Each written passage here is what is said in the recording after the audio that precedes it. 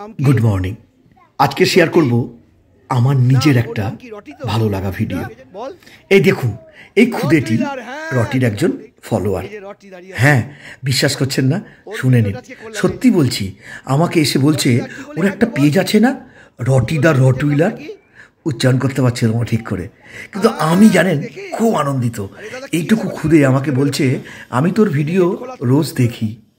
এই যে ওনার আত্মীয় এসছেন, এই আত্মীয়টি কি একটু ভয় পাচ্ছিলেন, কারণ সঙ্গে বাচ্চা আছে, আবার গেটটা খোলা, তার উপর রটউইলার।